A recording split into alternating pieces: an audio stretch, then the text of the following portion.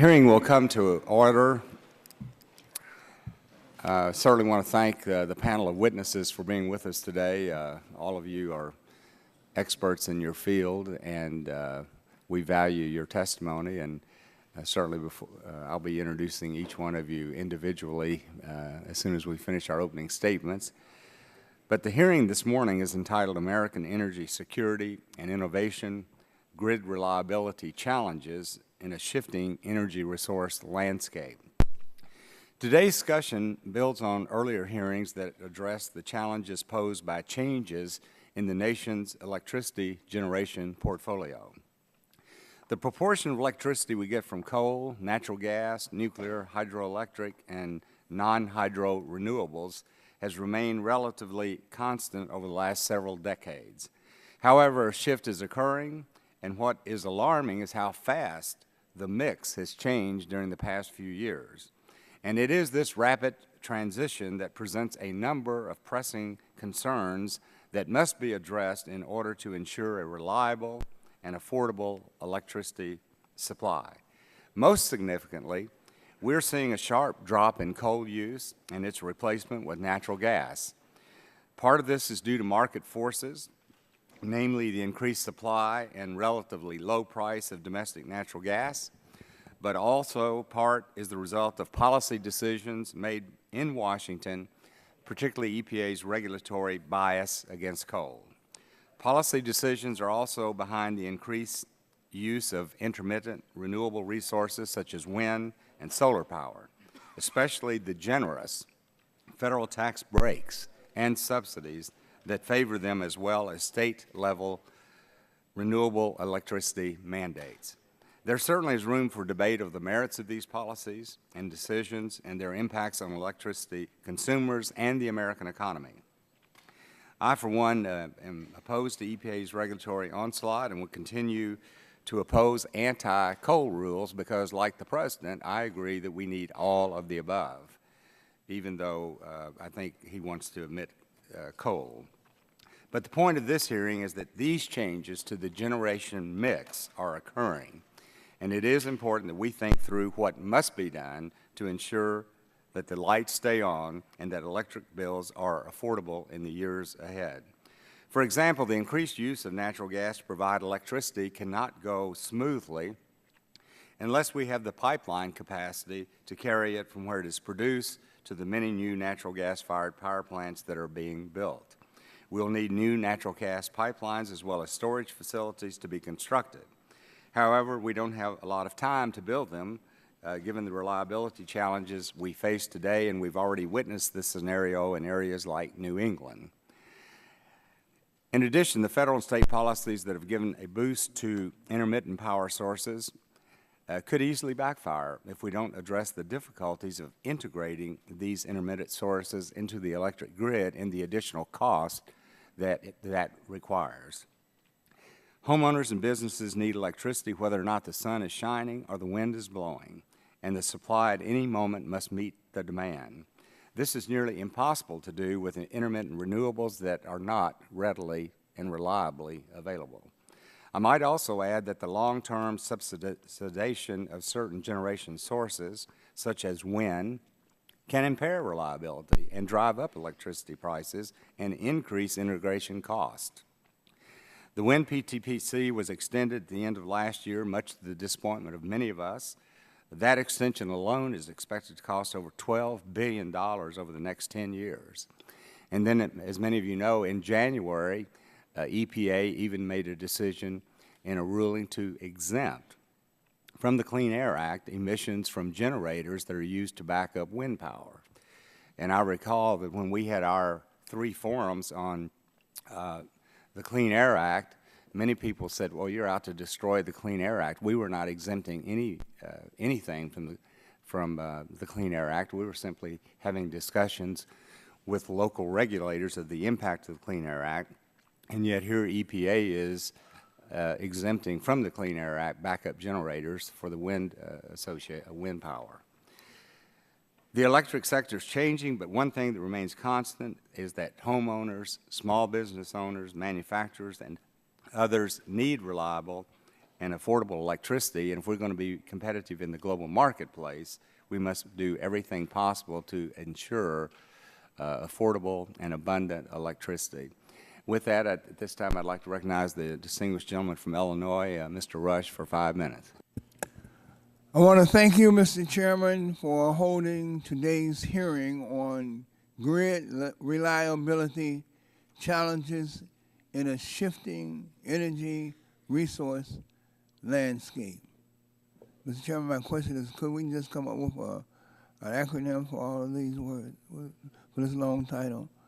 As the title of this hearing suggests, the country is indeed in a period of transition in an area of electricity generation, away from some of the older, dirtier, carbon-intensive coal-fired power plants and towards a heavier reliance on natural gas and renewable source of energy, including wind and solar and hydropower, to generate electricity.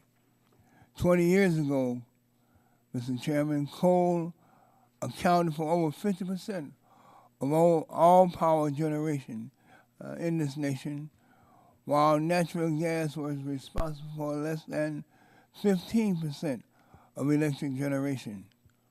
Today, however, due to the combination of technological advances in producing renewable energy, state and federal incentives, environmental policies, and market-based realities, the U.S. power supply is much more diversified, with 37% of electricity generation coming from coal, 30% coming from natural gas, 19% from nuclear, and 12% from renewable sources, including hydropower. Mr. Chairman, this diversification of the nation's power supply is a sign of the times as we move towards a 21st century model, which does not rely too heavily on any single carbon-intensive energy source. Instead, by moving forward and diversifying our electric power supply to include more natural gas and cleaner renewable forms of energy, the U.S. is leading all advanced nations in decreasing our carbon emissions while also providing the energy necessary to provide for the needs of the American consumers and America's businesses. According to the EIA in 2012, U.S. energy-related combustion emissions declined 3.7% to 1994 levels as a result of slow economic growth, the accelerated use of renewable energy sources, and the transition from coal to natural gas. So, Mr. Chairman, while this reduction in carbon emissions is commendable, there's still a whole lot more that we have to do, more work that is to be done. U.S. energy-related carbon emissions is currently 5% above 1990 levels. And without additional policy, the EIA predicts that carbon pollution will continue to grow by 7.5% between 2012 and 2040. President Obama has pledged to cut carbon emissions by 17% between 2005 levels, below 2005 levels by 2020 in order to help combat the devastating effect of climate change that we have been experiencing much too frequently. And in order to do so, we must continue to integrate renewable forms of energy into the electric power supply. Of course, as we continue to integrate renewable sources of energy into the power grid, natural gas will play a larger role in helping to avoid possible reliability issues. Additionally, Mr. Chairman, we must encourage and promote the development of advanced technologies and best practices to help integrate renewable energy sources into the grid while maintaining reliability. We must ensure that FERC has the tools and the capabilities to remove barriers to integration. Mr. Chairman, Order 764, VERS, which is the integration of variable energy resources, which was finalized in June of 2012, is a clear example of FERC's ability to integrate renewable power into the grid while also helping to ensure that American families and America's businesses have access to reliable and affordable energy. Mr. Chairman, we must continue on this path of diversifying our nation's power supply with cleaner, renewable sources of energy, and while also making sure that FERC can and that the relevant agencies can and have the authority and the capabilities to keep America's lights on. Thank you, and I yield back. Gentleman's time has expired. At this time, I recognize the gentleman from Michigan, Mr. Upton, for 5 minutes. Well, good morning. Today we're going to examine two key emerging issues facing the reliability of the nation's electric grid: gas and electric convergence challenges and the integration of intermittent renewable energy resources. As we've witnessed over the last couple of years, the nation's electric generation portfolio is undergoing a dramatic shift, in part spurred by abundant and low-cost natural gas, but also driven by environmental regs from the EPA that are forcing thousands of megawatts of coal-fired baseload power to retire. This committee is dedicated to ensure the continued availability of affordable and reliable power to American homes and businesses, all the while protecting jobs in this rapidly changing energy landscape. The shale gas revolution that we're witnessing today clearly presents enormous economic benefits for the country, and it's going to be an important driver of our economic growth moving forward. It's also going to set a path towards a better future for all of us, providing benefits across numerous sectors from manufacturing, residential, to commercial uses. Generating more electric power from natural gas has many benefits as well, especially given that domestic supplies are increasing and current prices are relatively low. But we're learning that there is also some real challenges to integrating more natural gas into the power sector. Today's hearing also will focus on the increased integration of intermittent renewable resources, such as wind and solar, into the electric grid.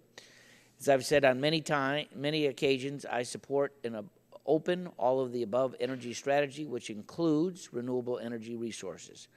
However, we've got to be careful with regard to the cost of these resources and the taxpayer dollars that continue to subsidize them. We must also be mindful of the fact that incorporating an increased amount of renewables into the electric system presents operational challenges that, in fact, may impair grid reliability. These resources are intermittent by their nature. The wind doesn't always blow and the sun doesn't always shine.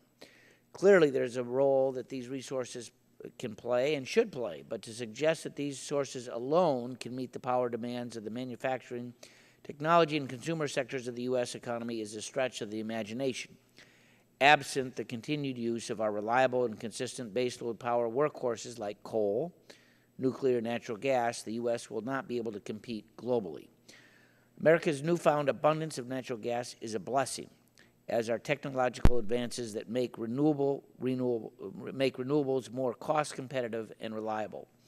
Both of these resources should and will play an important role in contributing to our energy needs, but we've got to take steps to properly and cost-effectively integrate those resources into the energy and electric portfolio. I look forward to today's testimony, welcome our witnesses, and would yield to other members on the Republican side. Seeing none, I yield back. Gentleman yields back. This time recognize the gentleman from California, Mr. Waxman, for 5 minutes. Thank you, Mr. Chairman. Today, the subcommittee is holding its third hearing on America's evolving electricity generation portfolio, and there's no question that a significant transition is underway. Renewable energy policies are paying off. We've doubled our capacity to generate renewable electricity from wind and solar in just 4 years. Cheap natural gas is also helping to transform our electricity sector. This market reality is causing some utilities to replace their oldest, dirtiest, and least efficient coal plants with natural gas generation. These are positive developments, but these changes also create challenges for our electric grid. The testimony from the prior hearings showed that these issues are manageable and that both regulators and grid operators are focused on them. Yet there has been no focus from the Republican members on the bigger challenges posed by climate change. And while they're ignoring climate change, they seem to bemoan the transition that's occurring. While they call for a market-based economy, they don't seem to like the fact that the market economy is driving natural gas to replace coal. They seem to want to use coal no matter what. Don't let the market decide it. Let's let the coal people decide it. They offer no solutions, no ideas for cutting carbon pollution or deploying more clean energy generation. Instead, the only thing that seems to unite them is attacking EPA. They attack EPA's air quality standards and lament the loss of coal's market share. There's a confused aspect to these hearings. Some Republican members cannot seem to decide whether they like cheap natural gas or see it as a threat that must be overcome to protect the coal industry. They seem unsure whether they should be celebrating reduced carbon pollution or avoiding the issue altogether. This confusion is not surprising because the subcommittee still hasn't examined why this transition in our energy sector must occur. Climate change is the biggest energy challenge we face as a country. We can't have a meaningful discussion of the transition underway in the energy sector without understanding the threat of climate change. We've heard a lot lately about U.S. carbon dioxide emissions being at their lowest level in 20 years. The implication is no further action to address climate change is necessary, and this is simply not the case. As a result of increased renewable energy generation, a shift from coal to natural gas generation, and the economic recession, U.S. emissions from the energy sector have dropped in recent years. But total U.S. emissions from all sources, not just the power sector, actually increased from 2009 to 2011. What matters most is whether U.S. emissions are on track to decline in the future by the amount needed to prevent dangerous climate change. No reputable expert believes this to be the case. Scientists tell us that our emissions need to decline by at least 80% below 1990 levels by 2015 to avoid a dangerous level of warming. The latest projections by the Energy Information Administration show that U.S. carbon dioxide emissions from fossil fuel combustion actually will be 13% higher than 19 levels in 2040, the last year of EIA's model. There's an enormous gulf between what these emissions will be without additional action and what they need to be to avert catastrophic warming. Today's hearing continues this unfortunate and counterproductive trend. The majority appears to have called this hearing in part to invite a tax on renewable energy. If we're going to hear from opponents of renewable energy and critics of EPA's proposed standards to reduce carbon pollution from new power plants, we should hear from the scientists and technical experts who can explain why it is so important for the United States to reduce its carbon pollution. We should hear from witnesses who can inform the subcommittee about the dangers of man-made climate change and the closing window for effective action. The threat of climate change is not going to disappear if we pretend it doesn't exist. We need to start recognizing reality and crafting responsible solutions. Gentleman yields back. At this time, I'd like to introduce the members of the panel, and as I said in the beginning, we genuinely appreciate all of your being here, and we certainly value your input and thought on these important issues. First, we have Mr. Gary Seibolt, who is the CEO of Dominion Energy, who's going to be testifying on behalf of the Interstate Natural Gas Association of America.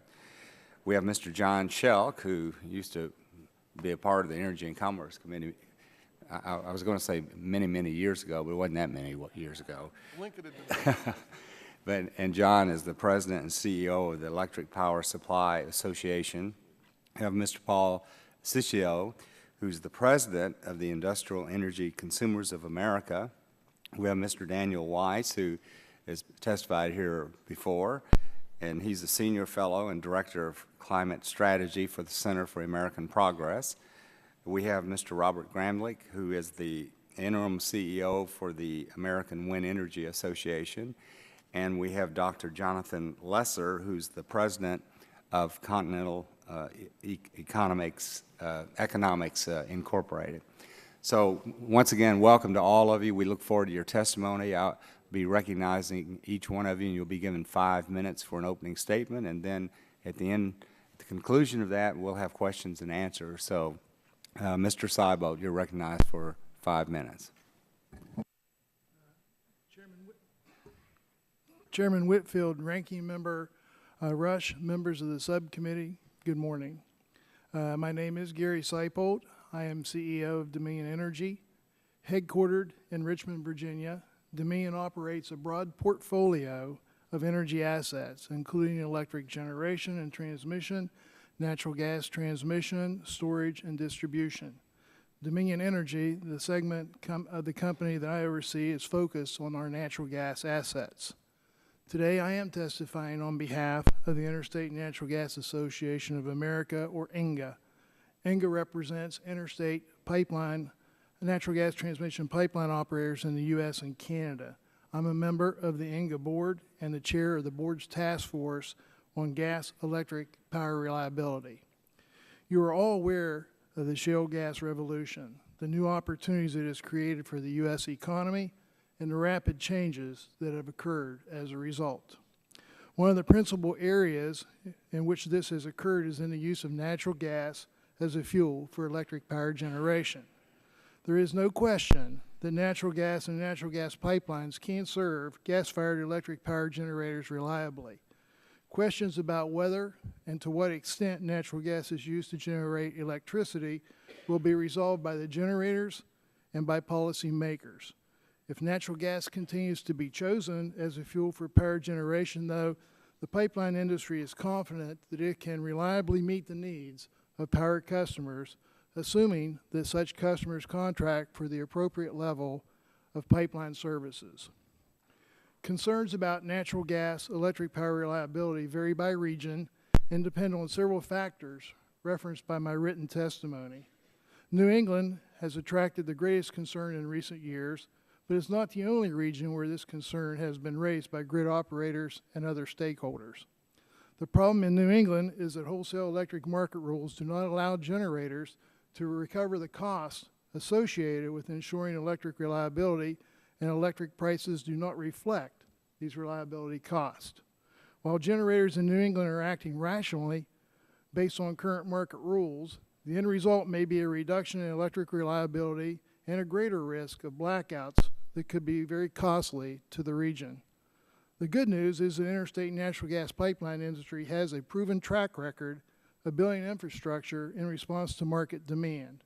In my written testimony, you can see a map of the 12,000 miles of new pipelines placed in service over the last decade. If the market provides timely signals that it needs additional capacity, that is in the form of firm contractual commitments for that capacity, the industry can add new pipeline capacity in a market-responsive manner. A key point here, pipelines are designed to meet the needs of shippers with firm contracts. Unlike electric utilities, pipelines typically are designed with little or no excess capacity. In other words, there is no reserve margin. This is why firm contracts for pipeline service are critical. And in fact, the FERC looks at a firm contractual commitment in deciding whether to approve a new pipeline in the first place. In other words, whether the pipeline meets the public, convenience, and necessity. The restructuring of wholesale natural gas markets has been a remarkable success. As demonstrated by the robust pipeline expansion over the last decade, the natural gas model works. This success should not be undermined as policymakers examine how to achieve greater natural gas and electric power market coordination. Electric market rules must be reformed to value investments in reliability and to ensure the ability to recover such costs from those who benefit from reliable electricity. With such arrangements, the necessary natural gas infrastructure can and will be built. Without such arrangements, the gas side risks degradation of the quality of service for natural gas utilities and traditional gas pipeline customers who pay for reliable service, while on the electric side, there would be a greater risk that parts of the nation would experience more volatile power prices and increasing potential for blackouts. Let me thank the subcommittee for the opportunity to testify today, and I would be happy to answer questions at the appropriate time. Thank you. Thanks, Mr. Seibold. Mr. Shelk, you're recognized for 5 minutes. Thank you. Good morning, Chairman Whitfield, Ranking Member Rush, and members of the subcommittee. As a former committee counsel, it's a particular honor to be back today. As noted, I'm here on behalf of the Electric Power Supply Association. EPSA is the National Trade Association for Competitive Wholesale Electricity Suppliers. Our members supply electricity across the country with a particular emphasis on states and regions with independent grid operators. This means they're major sources of electricity from Maine down here to Virginia, in states across from the Mid-Atlantic to my home state of Illinois, and particularly in Texas and California. The subcommittee is wise to focus on the challenges already discussed. Today's headlines focus on natural gas, but we should also be asking ourselves what will be the headlines of tomorrow? What will be the game changers next year or over the next decade? EPSA believes that competitive electricity markets are best able to adapt to these changes, and our written testimony focuses on 3 particular challenges that I'll summarize now: electric gas coordination, a new topic that Chairman Whitfield referred to called demand response, and finally, variable resources. First, on electric gas coordination, I think it's important to point out that gas-fired generators already have as much interest and financial incentive as anyone in making sure gas can be delivered to their power plants to generate electricity. This is because in competitive markets such as New England and Texas and elsewhere, these plants do not earn revenue from generating electricity unless they can get gas to run. They do not have a regulated rate base. The important message we would leave with you is that today and going forward, these plants procure fuel many ways, only one of which is through a firm long-term transportation arrangement that the pipelines just referred to.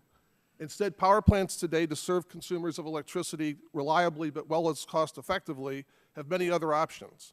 Packaged products from producers and gas marketers, with packages that include both the gas supply and the transportation, interruptible service, capacity release, and delivery from gas distribution utilities. These generators need continued access to this full suite of options to tailor their gas supply arrangements to the type of plant, location, and market being served. These options generally work well, as evidenced by the substantial increased utilization of gas-fired power plants that many of you have already referred to. We're in agreement with INGAA that electric gas issues vary by region and regional solutions are best, and FERC is acting accordingly. FERC and grid operators are vigilant, as you heard at the hearing last month. New England is appropriately seen as the region with the most pressing challenges, and our regional trade association there is co-chairing the regional effort looking at these issues in depth. FERC recently acted to improve the scheduling times for gas and electricity, which will help, and active consideration is being given at the state level to possibly encouraging gas utilities to procure more firm pipeline capacity, but the regional market is also looking to actively consider changes to electric market rules. The second topic I'd like to mention is one not often considered here but should be, and that's called demand response. Demand response entails programs in which most energy consumers, particularly residential and commercial customers, pay others, primarily industrial customers, for them to use less electricity. In what's called Order 745, FERC went beyond its authority, in our view and the view of the other national electricity associations, to pay this demand response as if it were generation, and we and those other associations are presently in the federal court here in the District of Columbia and the Court of Appeals challenging that order. No amount of demand response can substitute for the substantial supplies of actual megawatts from real power plants of all kinds needed to continue to serve consumers reliably. This year, as Chairman Whitfield mentioned, EPA issued a rule exempting behind-the-meter diesel generators from Clean Air Act requirements applicable to other generators. This allows owners of these unregulated diesel generators to link up as virtual power plants to merely shift, not actually reduce their demand, and still get paid by other consumers as demand response. This diverts consumer dollars away from cleaner generation. It has also been flagged as a reliability concern in PJM by the Independent Market Monitor. Demand response subsidies and policies deserve greater scrutiny, as at present they adversely impact every supply option: gas, coal, nuclear, and renewables. And on the third challenge, in terms of intermittent resources, the point we would leave with you is really twofold. One is that the larger regional markets that we favor, because they're larger, can handle the intermittent resources better, and natural gas-fired power plants that are needed to back up these intermittent resources need to be properly compensated. And with that, I thank you for the opportunity to be here, and we look forward to the questions. Thanks very much. Mr. Ciccio, you're recognized for 5 minutes. Thank you. Mr. Chairman, Ranking Member Rush, members of the subcommittee, thank you for the opportunity to be here. My name is Paul Ciccio, and I'm the president of the Industrial Energy Consumers of America. IECA is a trade association. Our manufacturing companies have revenues of $1.3 trillion, over 1,500 major manufacturing facilities across the United States, and we employ some 1.7 million people. IECA companies are mostly energy-intensive, trade-exposed industries. This means that they are substantial consumers of natural gas and electricity, and that relatively small changes in the price of energy can have a significant impact on competitiveness and jobs. The industrial sector uses about 1/3 of the U.S. natural gas and 1/3 of the U.S. electricity. The key message of this testimony to Congress is that consumers are not being served by a combination of actions and inactions by policymakers, all of which potentially threaten electric and natural gas reliability. Because the electric reliability is dependent upon natural gas pipeline capacity reliability, and that no federal agency apparently has responsibility for oversight of natural gas pipeline reliability, means, in general, that no one in Washington is in charge of reliability. The U.S. cannot have electric reliability without having natural gas pipeline reliability. Everyone is aware of the Northeast Corridor pipeline constraints and how it increased prices. Thankfully, policymakers are working to resolve the problem. What IECA is worried about is what we do not know about the pipeline constraints in other parts of the country. The question that keeps us up at night is, given the momentous market changes underway over the next 4 years, at peak natural gas demand periods like very hot summer days or very cold winter nights, will there be adequate natural gas pipeline capacity for all natural gas consumers? While the North American Electric Reliability Corporation, NERC, has responsibility for overseeing electric reliability and appears to be doing a good job, there is no such organization for overseeing natural gas pipeline capacity reliability. FERC has authority over most aspects of natural gas pipelines, but not reliability. They view reliability as responsibility of the market. The decision to build a pipeline is a market decision, not a regulatory decision, and we agree with that premise. While the premise of a pipeline decision to build or not build has not changed and shouldn't change, the market it serves has changed profoundly in several complicated ways that greatly increase the potential for reliability problems that never existed before, all at the same time and over a compressed period of time. And we must be mindful that potential solutions in this arena are capital intensive and where timely environmental permitting is a huge obstacle to speed. These facts make a compelling case for why oversight and studies evaluating reliability at future peak demands are necessary to prevent future reliability problems.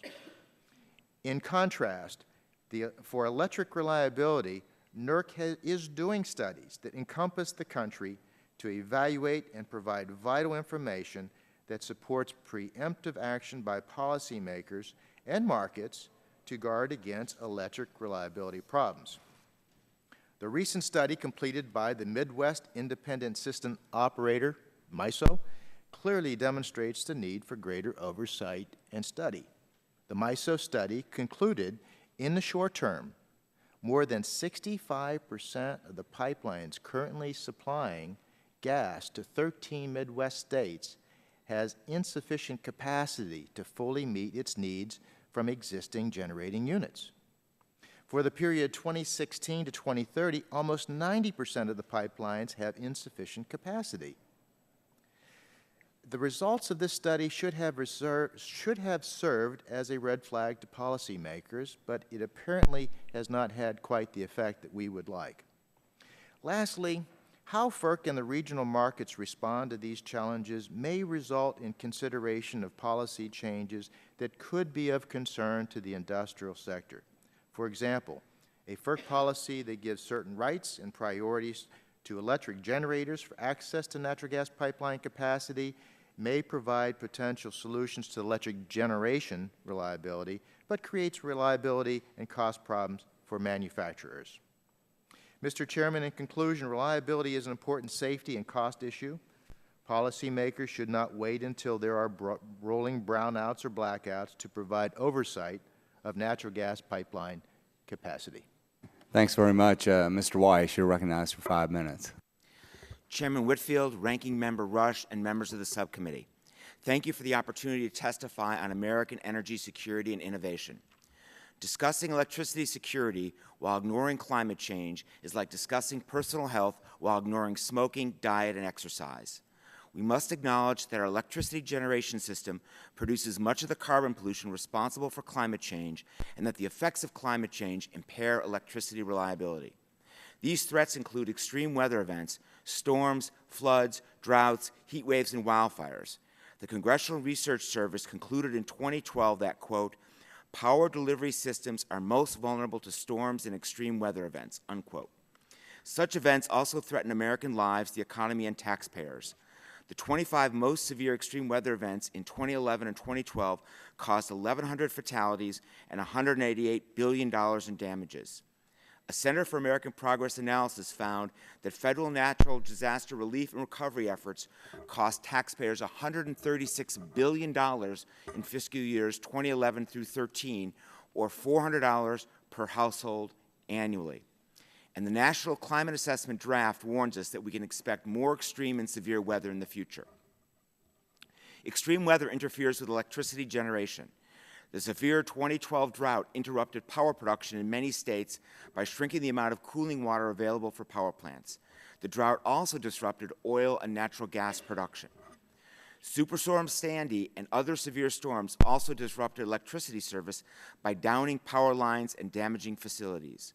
We urge the subcommittee to support policies to achieve a more secure, reliable electricity system by accomplishing the following 3 goals. First, Congress must slow climate change by reducing carbon pollution from power plants, the largest uncontrolled source of emissions. Failing that, EPA must comply with the Supreme Court by setting such standards under the Clean Air Act. American Electric Power, Xcel, and Entergy all testified before this subcommittee earlier this year in favor of legislation to address climate change. Second, continue to provide financial incentives for energy efficiency and renewable electricity technologies, which will reduce reliance on the polluting fossil fuels responsible for climate change. Pay for them by ending tax breaks for big oil companies because they have received the most federal support over time. The Nuclear Energy Institute, in a 2011 study, found that over the past 60 years, 70% of federal energy spending went to fossil fuels, while only 10% went for renewables. In addition, in 2013, the North American Reliability Corporation found that, quote, no significant reliability challenges from intermittent electricity exist. And third, reduce the vulnerability of the electricity infrastructure to extreme storms, drought, sea level rise, and other impacts of climate change. Investments in resiliency to extreme weather save money. The Federal Emergency Management Agency estimates that, quote, $1 spent on pre-disaster mitigation saves society an average of $4 in lower damages. Yet even as extreme weather increases, the federal government is investing less in community resilience. Representative Lois Capps and 39 colleagues have urged that the federal government undertake a resilience plan that, first, determines the financial support necessary to help communities prepare for future extreme weather events, and creates a dependable revenue stream to provide additional resources for these community resilience programs. In addition, the Congressional Research Service recommends more investment in smart grid and transmission repairs to improve electricity reliability. The growing harm from climate change requires a prompt transition from dirty to cleaner electricity generation, which has begun both here and abroad. For instance, Iowa generates 20% of its electricity from wind. 6 years after a devastating tornado, Greensburg, Kansas is, quote, 100% renewable energy 100% of the time, unquote. Germany generated 1/4 of its electricity from renewable sources over 6 months in 2012. So it can be done. Congress must adopt policies that speed this transition while helping our electricity system become more resilient to damages from climate-related storms, floods, drought, and other extreme weather. Thank you very much. Thank you, Mr. Weiss, and Mr. Gramlich, you're recognized for 5 minutes. Thank you, Chairman Whitfield, Ranking Member Rush, and subcommittee members. It is a pleasure to be here today on behalf of America's wind industry. The American Wind Energy Association represents over 1,200 member companies, including project developers, manufacturers, and service providers. Wind energy production has grown dramatically in recent years, lowering energy costs for consumers while keeping the grid reliable. Over the past 5 years, wind energy has accounted for more than 35% of all new electric generating capacity in the U.S. Last year alone, $25 billion in private investment went into building new U.S. wind projects, providing 80,000 American jobs. The wind industry now has 550 manufacturing facilities in 44 states and wind projects in 39 states and Puerto Rico. Nearly 70% of the content used in U.S. wind turbines is produced here in America now, up from 25% just a few years ago. Last year, wind energy reliably provided more than 20% of the electricity in Iowa and South Dakota and more than 10% of the electricity in 9 states. At times, wind energy has reliably provided more than 55% of the electricity on the main utility system in Colorado and 35% on the main grid in Texas. Dozens of studies by independent grid operators and utilities have examined wind energy's impact on electric reliability, and all have concluded that our use of wind energy can increase many times over without any negative impacts on reliability. Since the days of Thomas Edison, grid operators have had to constantly adjust the output of power plants to respond to fluctuations in electricity demand and the sudden failures of large conventional power plants. All energy sources underperform from time to time, and no power plant operates predictably 100% of the time. The lights stay on because all power plants have always been backed up by all other power plants. Wind energy follows the same market rules as other resources, pays for any costs it causes, and only gets paid for the services it provides. Compared to wind energy, changes in electricity demand and failures at conventional power plants are far larger contributors to grid variability and the need for the flexible reserves or backup that grid operators use to keep supply and demand in balance. Grid operators that use efficient practices have found that they can reliably add large amounts of wind energy with virtually zero need for backup power beyond what is already needed. Even if additional reserves are needed, it is much cheaper to accommodate the slow and predictable variations in wind output than the instantaneous loss of conventional power plants that can occur at any time. Data from the Texas grid operator indicate that the additional cost of reserves for obtaining almost 10% of its electricity from wind energy accounts for about 6 cents out of a typical household's $140 monthly electric bill. A study by utilities in Nebraska calculated that the whole region would reliably obtain 40% of its electricity from wind energy at an additional reserves cost of around 80 cents per monthly bill. In contrast, data indicate that the cost of reliably accommodating instantaneous outages at other power plants is 40 times higher at around $2.50 per monthly bill. These reserves costs are a small fraction of the benefits wind energy provides for consumers. Wind energy drives down electricity prices by displacing higher cost, less efficient power plants. Wind energy also provides the stability of a long-term fixed energy price, which is offered by very few other energy sources. This protects consumers from fluctuations in fuel prices, much like a fixed-rate mortgage protects homeowners from interest rate spikes. Utilities understand that wind energy is a good deal for their customers. At least 74 utilities bought or owned wind power in 2012, up from 50% a year ago. The Southern Company recently made its third wind energy purchase, explaining that wind energy reduces its customers' electric bills. Similarly, Oklahoma Gas and Electric estimates that a single wind project will save Arkansas customers $46 million. Finally, the Colorado Public Utilities Commission found that a single wind purchase by Xcel Energy, quote, will save ratepayers $100 million, unquote, while providing the opportunity to lock in a price for 25 years. In short, wind energy is playing a critical role in providing American homes and businesses with reliable, homegrown, and low-cost energy. Thank you for inviting me, and I look forward to answering your questions. Thank you. Dr. Lesser, you're recognized for 5 minutes. Thank you, Chairman Whitfield, Ranking Member Rush, members of the subcommittee. My name is Jonathan Lesser. I'm the president of Continental Economics. I began my professional career almost 30 years ago as a load forecaster for Idaho Power. Over the years in my work for government, industry, and as a consultant, I've been involved with and researched many facets of the energy industry, as well as corresponding policy issues at both the national and individual state levels. I appreciate your invitation to be here today to discuss the reliability challenges confronting us as we seek to integrate intermittent resources onto the grid. I am appearing today on my own behalf, and the views expressed in my testimony today are mine and mine alone. Integration costs can be broken down into two categories. The first category includes the cost of ensuring the power system is operated safely and reliably from moment to moment. The second category includes the cost of connecting resources to the power grid, called interconnection cost, specifically building new transmission lines and substations to deliver electricity from individual generating units to load centers like DC. To operate a power system, the supply of electricity must continuously match demand. If power supply exceeds demand at any time, it can overload the system.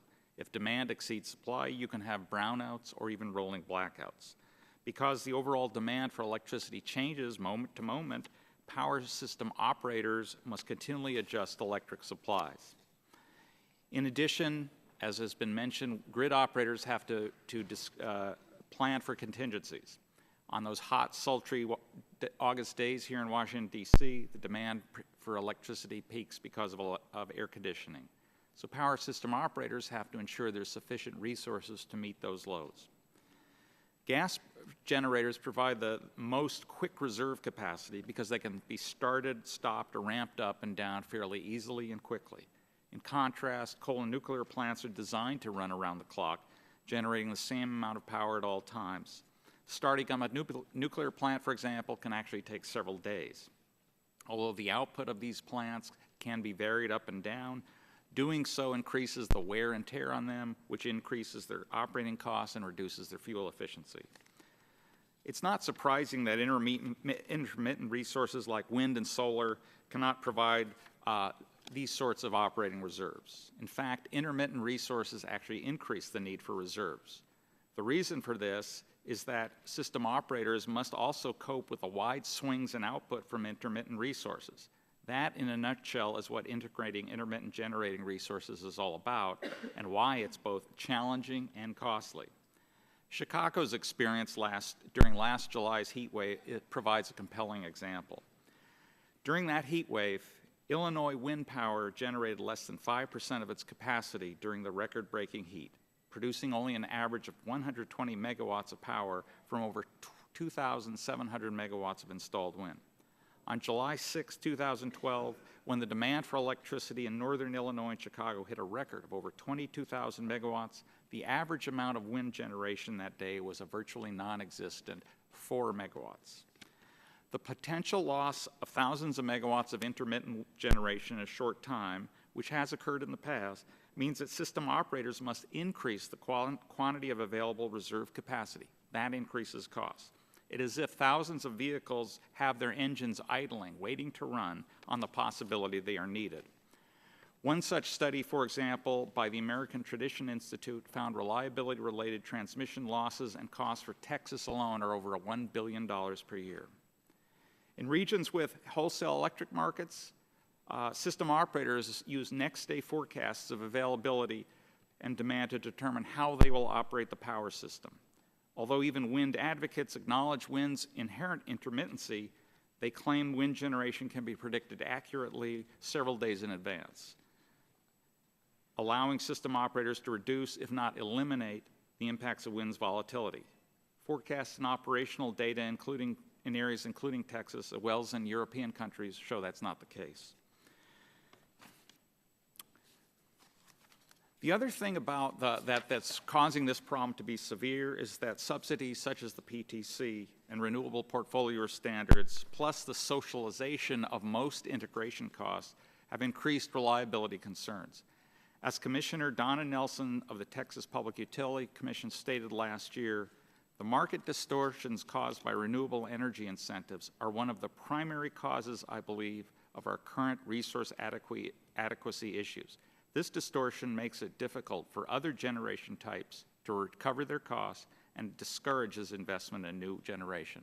And I will leave it at that. Thank you very much. I look forward to your questions. Thank you very much, Dr. Lesser, and thank all of you for your testimony. At this time, we'll begin the questions, and I'll recognize myself for 5 minutes of questions.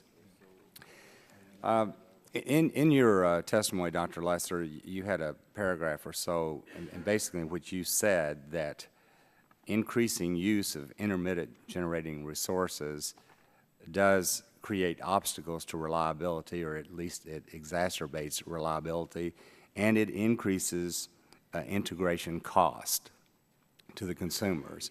Would you elaborate on that a little bit for me? Sure.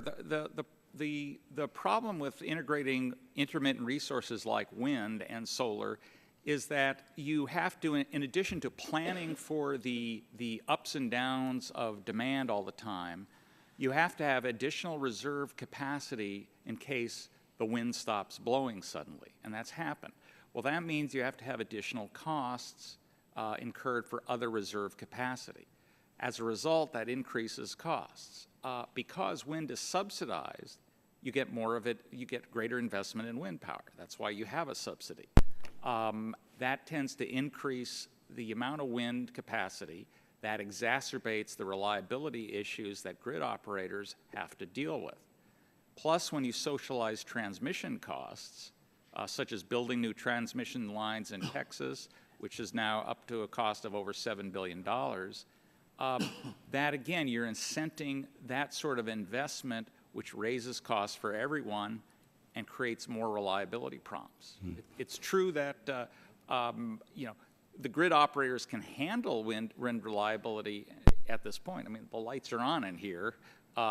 That's true. But as you increase, though, the amount of wind penetration on the system, those costs will keep increasing, and it'll become more difficult to maintain a reliable power system. Now, the production tax credit was recently extended for the wind industry, and we hear a lot about negative pricing or selling electricity generation at less than your cost. There's quite a bit of that going on in the wind industry. Would you elaborate on that? Yes, Mr. Chairman. Negative pricing sounds great. It actually happens, and it sounds very strange, because why would the market price for any good ever be negative? Why would someone want to pay you to buy what they're selling? But because of the production tax credit is $23 per megawatt, that translates on a before-tax basis of $35 per megawatt. Well, so wind power producers getting that production tax credit have an incentive to bid in their generation into the market as long as the price is greater than negative $35. And because other power producers like nuclear and coal plants, which are designed to run round the clock, they keep their system operating. They can't just shut the plants down. So you end up with excess supply in certain times of the year, and you end up with negative prices. That the hours of negative pricing during the year is actually increasing. What you have now is when those prices are negative, so those coal nuclear operators are actually having to pay the grid to keep operating. That obviously increases their costs, reduces their profitability. They're having to shut down. In Minnesota, for example, I believe they announced the closure of one coal plant because of subsidized wind. Therefore, what happens is you start shutting down those plants that are needed for reliability because of subsidized wind generation. Well, you still have to maintain reliability, so you have to have more reserve capacity, which again increases costs. All of us, I think, recognize that the Clean Air Act has been a good piece of legislation, and as the gentleman from California said, our CO2 emissions are the lowest they've been in 20 years.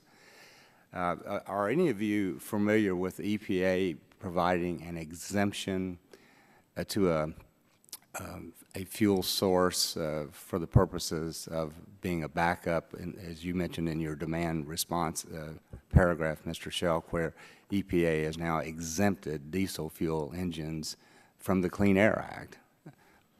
That's correct, Mr. Chairman. In a final rule in January called Rice-Nishaps, which stands for Reciprocal Internal Combustion Engines, and this is the important part, this is for the hazardous air pollutant standards, and this is an interesting issue because it unites in the litigation pending in the D.C. Circuit and before EPA, power generators, public health groups, environmental organizations, states, everyone but the demand response community opposed this, and EPA decided that these backup engines should be exempt, these diesel engines. Now, to their credit, they did require ultra-low sulfur diesel, but the problem is we went to EPA and said, look, you have to understand how this rule overlays with electric power markets. And this is sort of the classic case in government that we've all encountered of sort of stovepipe thinking, where when FERC acted to pay demand response, as I indicated in 2011, we raised these environmental concerns about the backup generators. We said they should be excluded because the owner of the engine is not actually reducing demand.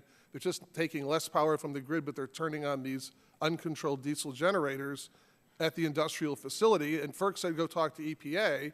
We raised this concern at EPA, and in the final rule, you'll see EPA said, well, certain parties, meaning us and many others, raised this, and you should go talk to FERC. So it's sort of like the two agencies really aren't talking to each other, and we're very concerned about this for the reasons that I've outlined and you mentioned.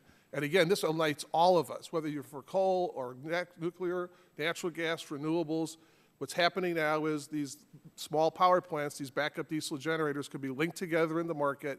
They can bid into the capacity market and the energy market where we get our revenue, regardless of what fuel source you prefer, and they're backing out those cleaner forms of generation. And we're hopeful EPA will reconsider the rule or the court will intervene. Thank you. My time has expired. Recognize Mr. Rush for 5 minutes.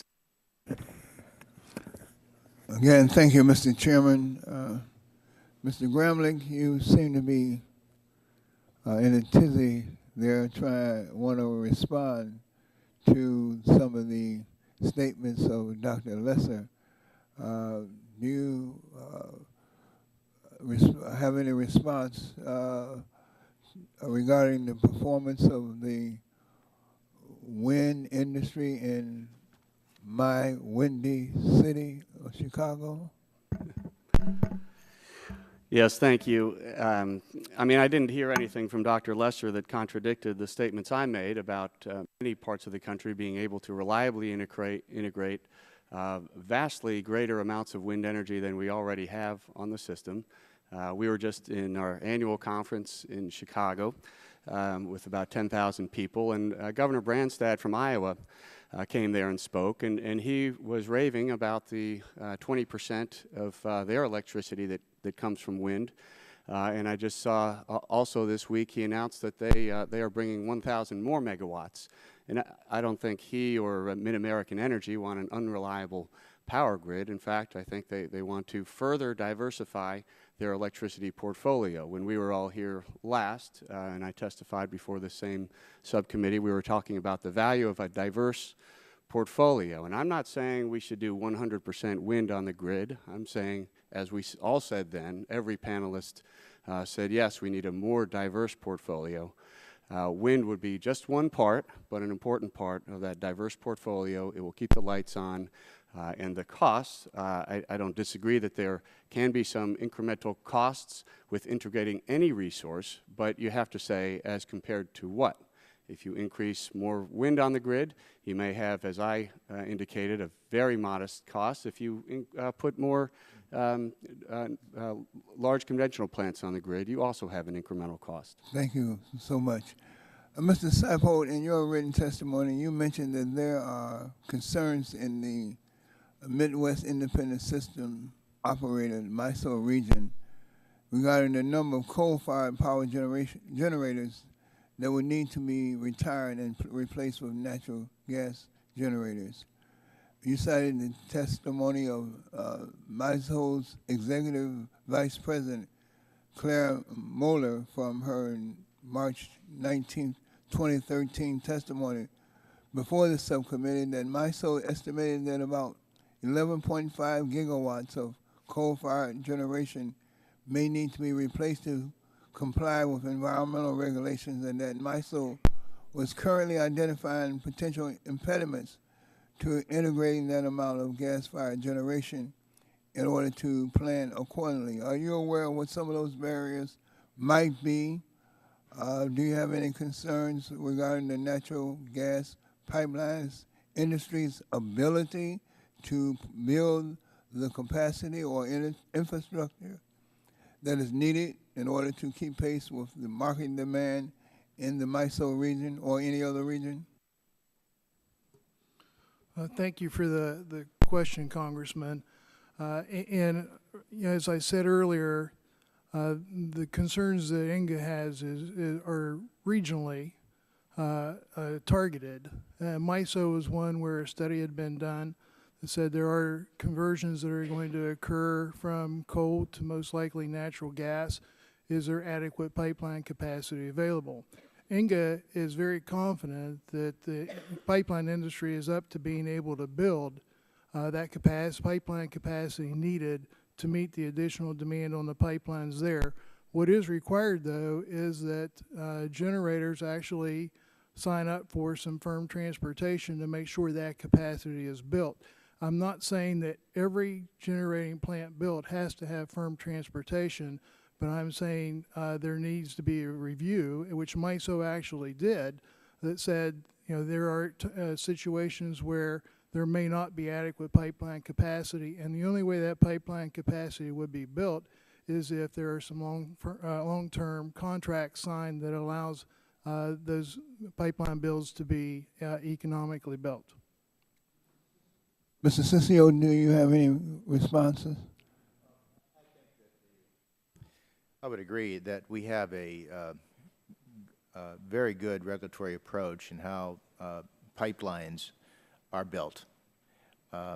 What we are concerned about is, as I previously expressed, is that there is no entity that is overseeing this pipeline capacity at peak demand concern.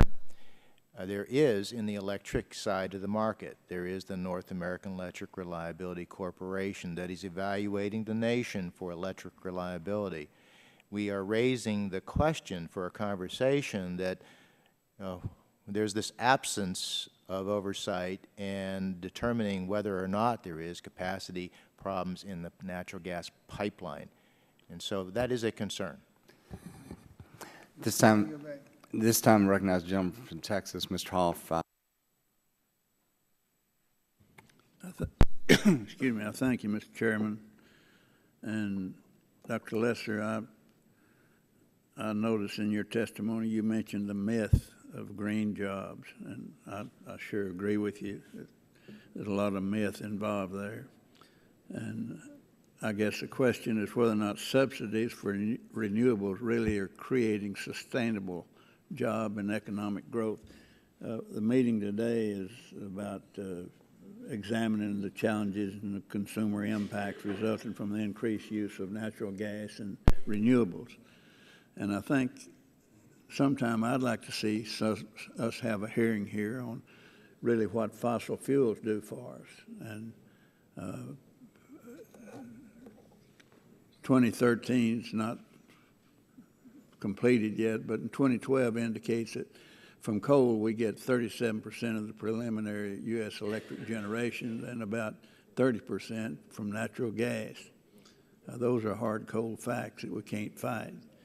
And Mr. Waxman is a wonderful member of this committee, and I've sat here with him for 30-something years. He continues to warn us, and in closing, about the threat of global warming will always be with us. And of course it will, as long as he keeps putting it in the congressional record and they keep talking about it. But without fossil fuels, we'd all have to work our way or feel our way out of this building right today and go to a car that wouldn't start and get to a home that'd be cold in the winter and too hot in the summertime. So we ought to have a hearing sometime on what fossil fuels are really still doing for us. But that's not what we're here for today. We need fossil fuels and we need to depend on it, and certainly I would ask you that. There's a lot of discussion on renewables, and do you see this as a realistic expectation? If not, why not, Dr. Lesser? Well, thank you, Representative. You almost answered in your you almost answered it for me a moment ago, but go ahead and expand on that a little for us. Thank you, sir.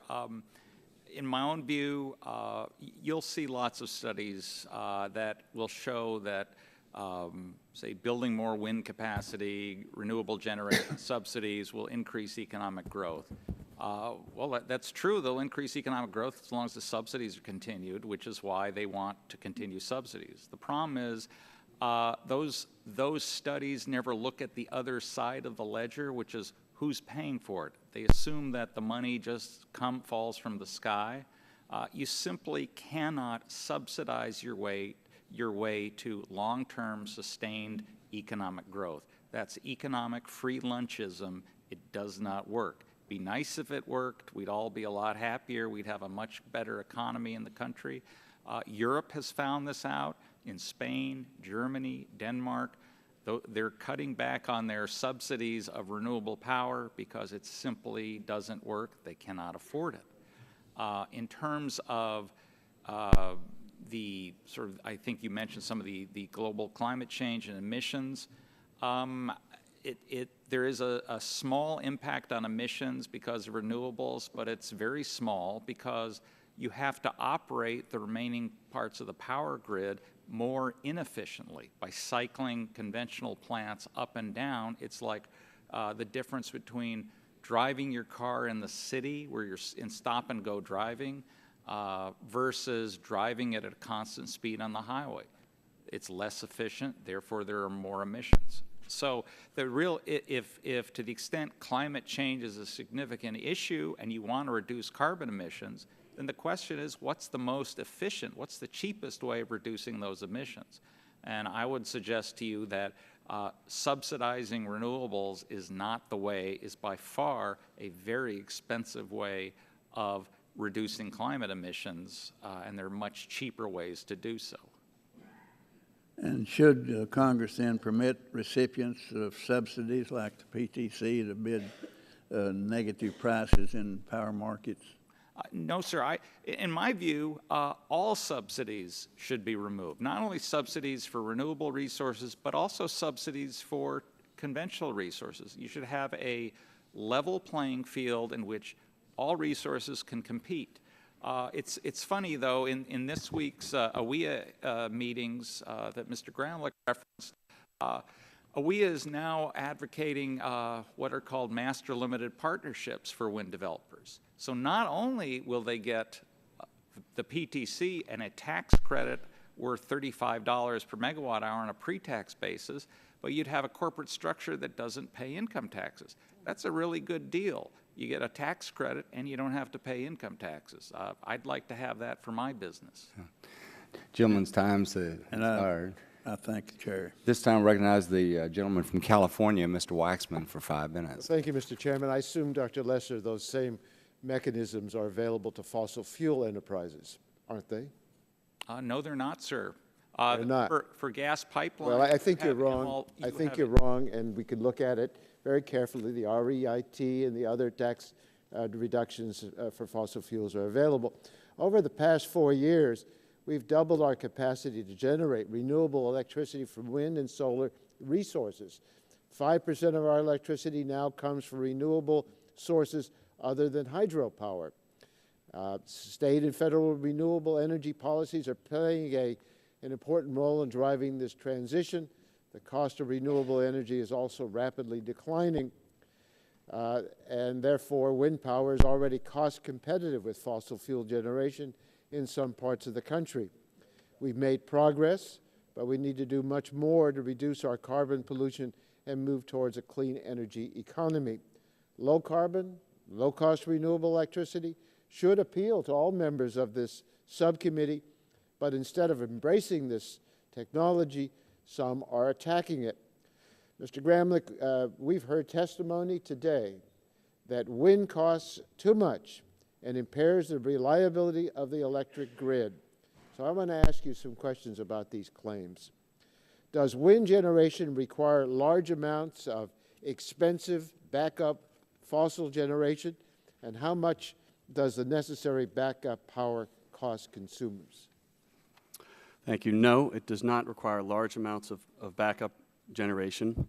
All electricity sources rely on system backup from all other resources, and the cost of the wind reserves that are needed are about 6 cents out of a typical household's $140 monthly electric bill, as compared to those costs for other conventional resources that are much higher. How do the costs of backup generation for wind compare to the cost of backup generation for conventional power plants? The cost for conventional power is, at least in one study cited in my testimony, about 40 times higher, about $2.50 per monthly bill, compared to the 6 cents that I stated a minute ago. A backup generation for wind is much cheaper because variations in wind are slow and predictable, while a nuclear fossil fire power plant can go offline in an instant. Isn't that correct? That's correct. We've heard claims that wind is unpredictable and can suddenly stop blowing, adversely affecting electric reliability. Is that accurate? No. Wind energy can be forecasted now with sufficient accuracy so grid operators can operate reliably and handle the fluctuations in a very low-cost manner. Okay. Mr. Weiss? Yes, Mr. Waxman. The North American Reliability Corporation looked at some of the kinds of claims that Dr. Lesser made and found them wanting in their State of Reliability Report of 2013, and I'm going to read from the report now, quote, "There were no significant reliability challenges reported in the 2012 summer periods resulting from the integration of variable generation resources." Thank you. I want to put that whole statement in the record. Okay, thank you. Let me ask about the production tax credit. Some argue that the cost of wind is so low that the tax credit allows wind to bid negative prices into the market, and they say that these negative bids are undermining the profitability of other generation sources. How often does this negative pricing occur, Mr. Gramlich, and how often is it affecting the market price for electricity? It is extremely rare, far less than 1% of the time. Moreover, the occurrences have dropped by 60% in Texas, which is the area where this has been alleged, and they will be virtually gone as soon as transmission lines are put in place into these few localized areas in the country. Moreover, it doesn't harm consumers. Low prices are a good thing, and the market price that is actually received by, if some are concerned with, say, fossil and nuclear plants, they're actually not receiving those plants. It's almost never actually received by them. What about the price for consumers? Does wind generation increase utility bills or save consumers money? I gather your last statement was that it saves consumers money. Right, it's saving consumers money. That's a good thing, unless you want consumers to pay more money so they can continue to use coal, even when natural gas would be cheaper and even when wind may be cheaper. Mr. Weiss or Mr. Gramlich, do you understand whether the REIT mechanisms and other tax mechanisms are available to fossil fuel industries as they may well become available for renewable energy? As I understand it, Mr. Waxman, the master limited partnership is available and being employed now by oil companies. So it's a good way to raise money. Yes, it is. And raising money for enterprises, as I understand, is supposed to be a good thing. Investment in by entrepreneurs to advance good business. And overall, the Nuclear Energy Institute looked at subsidies overall over the last 60 years and found 70% go to fossil fuels, 10% have gone to renewables. Thanks. Gentleman's time has expired, and without objection, the document that Mr. Weiss referred to will be entered into the record. This time, I'll recognize the gentleman from Kansas, Mr. Pompeo, for 5 minutes. Great. Thank you, Mr. Chairman. Ranking Member Waxman this morning said that some of our side are confused, wasn't sure whether we like cheap natural gas or not. Not confused. Like cheap natural gas, like cheap coal, frankly, like cheap energy, like consumers to have affordable energy. There's should be no confusion about that. Mr. Seipold, I want to talk to you about pipelines. Today I actually introduced a piece of legislation that will, for the first time, tell FERC you have a deadline. You got to get your homework in on time. It'll give every agency that's got a role in approving pipeline permits the chance to do their work and to decide whether they like it or not. There's no requirement that they approve the pipeline, but it says you can't sit on it. You can't hang on to it forever. It gives them 12 months. There's an opportunity for an extension. We've got bipartisan support for that. It's being introduced by a lot of members of this committee, Mr. Matheson, Mr. Olson, Mr. Gardner, Mr. Johnson. We saw $30 gas at the Boston City gates in the Northeast not too long ago. And I just wanted to get your view of whether creating certainty for folks who are investing in pipelines and want to build these out will help our electric grid reliability. Thank you for the question, Mr. Congressman, and INGA certainly supports your bill. We believe that anything that provides certainty and actually moves the process along more quickly so that pipelines can be built in the areas where they're needed can actually help reduce the cost of energy getting delivered into those areas. I think FERC does a very good job today with their process, but they don't have all the authority they actually need to cause all the permits to be issued in a timely fashion, and the deadline that you propose by your bill we think would be very helpful in assuring that pipelines are built in a timely fashion. Mr. Shulkin, in your written testimony, you talked about, so we've got this shale gas revolution. It's exciting. The federal government doesn't mess it up. It'll be very important to American manufacturing. It'll be great for grid reliability as well. But you talked about being overconfident about anything in terms of the future. It wasn't that long ago that we thought we were out of natural gas as well. Give me a sense of what you think the grid reliability implications are for that risk and how we, as federal policymakers, ought to respond to the things that we might well not foresee. Thanks for the question. I followed the hearing earlier this week and also an interview just this week from the former chair of the subcommittee, Phil Sharp from Indiana, who's now the president of Resources for the Future. And it was a long time ago. I'm thinking back to when I was here in the 80s and 90s. Assumptions were made then, for example, that we were going to have a surcharge on every consumer to bring a very expensive pipeline down from Alaska.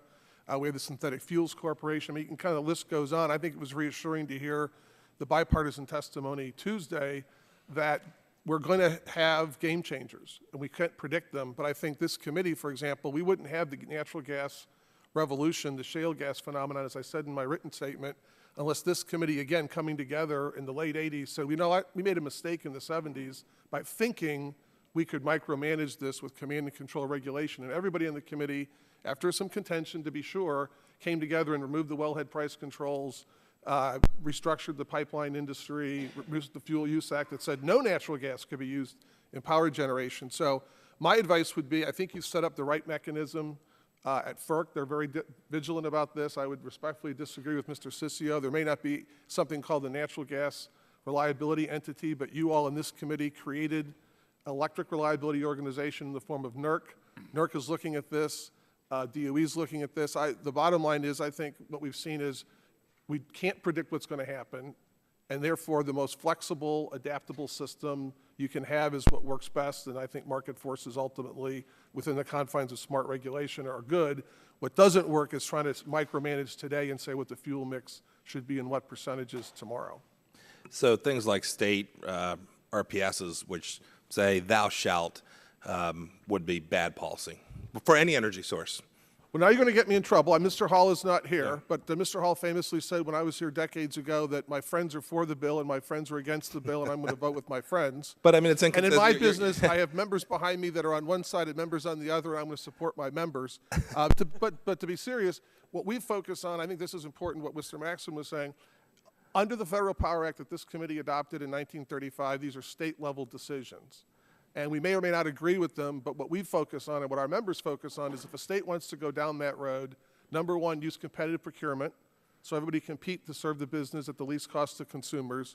Number two, you have to have market rules to compensate the gas plants adequately, which is not happening today. States are behind. As the RPS standards, whether you like them or not, increase as they will in the next 5 to 10 years, the states aren't adequately paying for the backup generation that exists.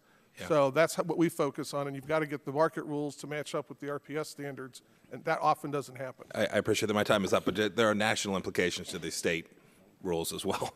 It affects the national grid and impose costs on states that are not the state that put the law in place. Thanks, Mr. Chairman. This time I recognize the gentleman from Texas, Mr. Green, for 5 minutes. Thank you, Mr. Chairman. Thank our panel for being here. The disconnect between incentives created by wholesale power market rules and the need for commitments to ensure the availability of pipeline capacity has been widely noted. What can Congress do to help this problem? Now, I admit one of the worst decisions Congress ever made was back in the 70s saying we can't use natural gas. Of course, back then, natural gas was a very precious resource. And even 8 years ago, it was $12, $13 an MCF. So, but Congress does overreact like they did in the 70s. What can we do to help that certainty? A couple of thoughts there. One is, as the Inga witness mentioned, and we would agree, there are wholesale market rules that need to be addressed. Where we disagree is you can't simply surgically say, well, if a gas-fired generator enters into a 20-year contract for firm gas transportation, you're just going to pass that along to consumers because that could be a considerable expense.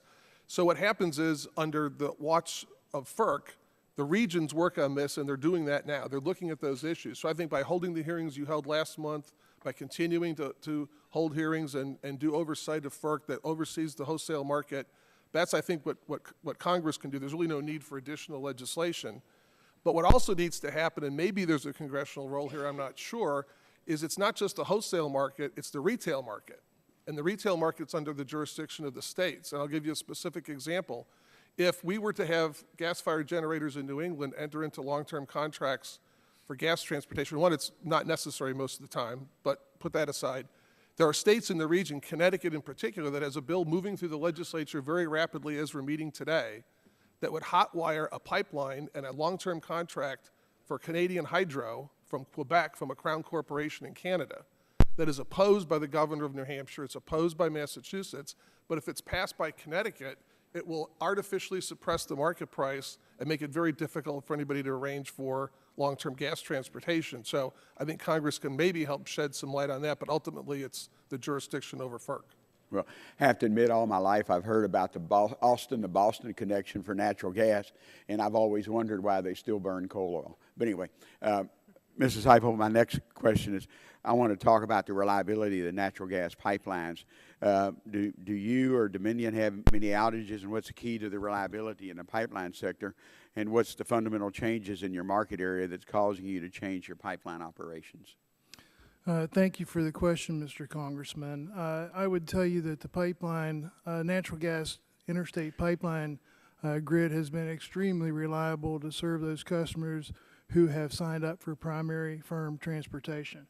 the pipeline system was designed around those contracts. And as there's growth in given markets, and there's the market signal from the market by way of a long-term contract that says they need additional capacity, that capacity is built.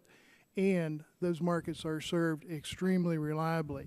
You ask about Dominion's experience with reliability. You know, we did go back and look at this for our primary firm contracts over a period of time, and our reliability has been absolutely phenomenal. We went back the last 3 years and had 0 interruptions with regard to primary firm transportation. And I know there was one run, we went 7 years, we had no impact on any primary firm contract. So the pipeline grid is extremely reliable for those who pay for that service. Many times there are folks who refer to reliability as a pipeline's not being reliable, are really looking at interruptible type transportation contracts, and you can't talk about that as reliability. The pipeline system was not designed to meet those on a reliable basis. That's actually transportation capacity that's used by markets that are paying for it that are not using it at any given time. And when those markets who are paying for that under primary firm actually need it, that's when it's pulled back. And that's really been much of the concern that Inga's really talked about as you go forward, and more transportation is needed by growing markets, whether that's power generation or industrial load, or growing local distribution load.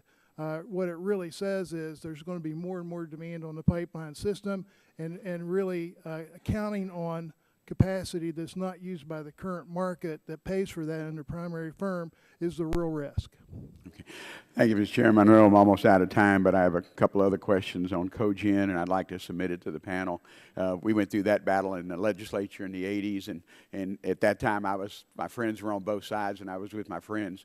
But it worked out in Texas somehow that and cogen, during cap and trade, I wanted cogeneration to be considered one of our energy savings because it's such a benefit not only to the customers but the industry. But again, thank you, Mr. Chairman, for the hearing. Gentleman's time has expired. At this time, I recognize the gentleman from Virginia, Mr. Griffith, for 5 minutes. Thank you, Mr. Chairman. Appreciate it very much that you're having this hearing, and also appreciate my friends from Dominion being here today. I know that, Mr. Seibold, that you're the gas guy, but do appreciate the fact that Dominion Energy has not abandoned coal, particularly Central Appalachian coal, and was there at the ribbon cutting at the cleanest coal burning plant that was opened up officially last September. And very proud of that facility. Unfortunately, of course, under new EPA regulations that have been proposed, that facility wouldn't be allowed to be constructed today. But we're awfully proud to have you all there in the 9th District of Virginia and creating jobs and bolstering our economy. Does it make you nervous, though, I would have to ask, when you think back on quotes from the President that indicate that he might not be so hot on natural gas? Of course, it seems that a lot of folks who were not for natural gas a few years ago are now for it because it seems to be the answer to a lot of problems. But I would have to think it would make you nervous, and I want to ask you that. When you remember that quote from the President in January of '08 when he said, quote, "When I was asked earlier about the issue of coal, you know, under my plan of a cap and trade system, electricity rates would necessarily skyrocket, even regardless of what I say about whether coal is good or bad, because I'm capping greenhouse gases. Coal power plants, you know, natural gas, you name it, whatever the plants were, whatever the industry was, they would have to retrofit their operations. That will cost money. They will pass that money on to the consumers." Does that statement still make you nervous? Well, what I would say is, you know, Dominion certainly supports all forms of energy. And coal, you know, we have nuclear, we have coal, we have natural gas-driven power plants, we have wind generation, as well as building some solar and looking at some offshore wind as well, and have some hydro. So we certainly support all forms of energy, and we think our country needs all forms of energy. And your company has always been diversified, and that has always been one of your market success stories, is that you haven't put all your eggs in one basket, nor should the United States of America put all of its eggs into one basket at any time, and we probably shouldn't eliminate that great black egg of coal from the basket of energy sources for the United States. Let me move on to another question, if I might. Mr. Ciccio, I would have to say to you, we've heard a lot of testimony about natural gas being cheap, but we heard testimony earlier this year that when natural gas hits that $4 mark, that coal once again becomes very, very competitive. And of course, when you're trying to have that system that is secure, you want to have a diversity. And isn't it true that natural gas is expected to hit $4 by the end of the year, and I think in March was already at $3.81, so that coal is once again very competitive if you're just looking at cost, and what we're really facing here are regulations that are hurting coal, not marketplace competitiveness.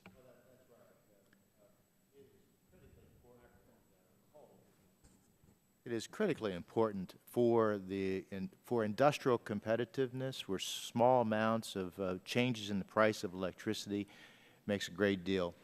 Coal needs to be in the mix, and $4 of gas bumps into very competitive coal prices. And we're just about there, and probably Yes. will be in that neighborhood for some time. Yes. Thank you very much. Dr. Lesser, am I to understand that your concerns are that in other places of the world where they've relied on intermittent sources, and we heard that Germany was doing a good job of moving in that direction, but isn't it in fact the case that Germany is having some significant problems with their intermittent sources, and that it's actually affecting industry there because they can't count on the reliability? And I'm looking at an article from the Institute for Energy Research of January of this year, where they say to illustrate the problem that renewable energy instability can cause, here is an example: electric grid weakened for just a millisecond at 3 a.m. The machines at Hydro Aluminum in Hamburg ground to a halt. Production stopped and the aluminum belts snagged, hitting machines and destroying a piece of the mill with damages amounting to $12,300 to equipment. The voltage weakened 2 more times in the next 3 weeks, causing the company to purchase its own emergency system using batteries costing $185,000. Are those the kind of stories that cause you concern? Do you have similar stories that you've heard? Those are certainly part of the issues that are of concern. For me, I think other issues are say, and especially in Europe, the cost of electricity is extremely high, which reduces economic growth. That's why they're cutting back on all their subsidies. So my concern is here we're going down that same path, that we're making it much more difficult to maintain reliability. I know that ERCOT, the grid operator in Texas, is quite concerned about potential rolling blackouts this summer because of very high demand. They have so much wind. Wind tends not to blow when the power is most needed. That's just the way it is that I've discovered in my own research. So those are significant problems, yes. And that can affect jobs, can it not? Absolutely. Gentleman's time has expired. Thank you, Mr. Chairman. I yield back. This time, I recognize the gentlelady from California, Ms. Capps, for 5 minutes. Thank you, Mr. Chairman, and thank you to our witnesses, each of you, for your testimony. You know, we all know that America's power is generated by many different sources, to be sure. But we also know that fossil fuels make up the overwhelming majority of our nation's energy supply. Today is the third subcommittee hearing held this year on the sources of fuel used for electricity generation in the United States. But we have yet to hold a hearing examining the consequences of our dependence on fossil fuels. This is more than an odd note, considering that we're already seeing the very real impacts from this dependence on fossil fuels: rising sea levels, severe droughts, extreme weather, and superstorms. Climate change is very real and is already causing serious problems that demand action. In addition to obvious environmental damage, these storms, droughts, and wildfires are having a significant economic impact. Mr. Weiss, could you share with us briefly, I want to ask you a couple more questions too, some of the documented research of how climate change is affecting our economy? Thank you, Representative Capps.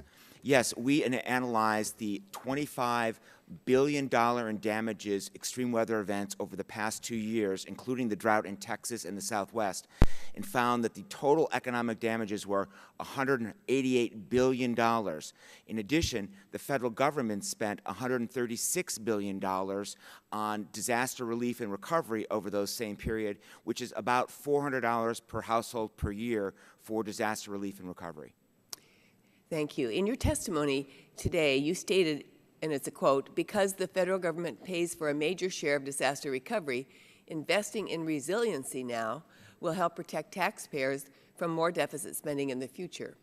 This is actually rather counter to what we often hear about the value of investing in our country.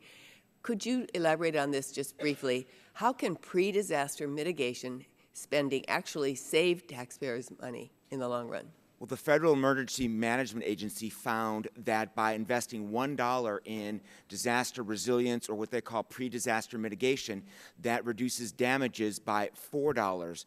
And so, for example, your efforts to get more investments in disaster resilience will help save us money in the long run by a ratio of about 4 to 1, according to FEMA. Thank you. One more question, yes, I have time. Especially in these tough fiscal times, we certainly need to be allocating tax dollars more effectively at all levels of government. Many states and localities understand the long-term benefits you have discussed and are eager to implement mitigation projects. The problem is, however, they can't afford it. I believe the broad public benefit and cost savings alone create a compelling national interest for the federal government to help our local communities plan and implement pre-disaster mitigation efforts. And that's why I sent a letter to the President earlier this year with 39 of my colleagues, including several members on this committee, urging him to take action on this issue.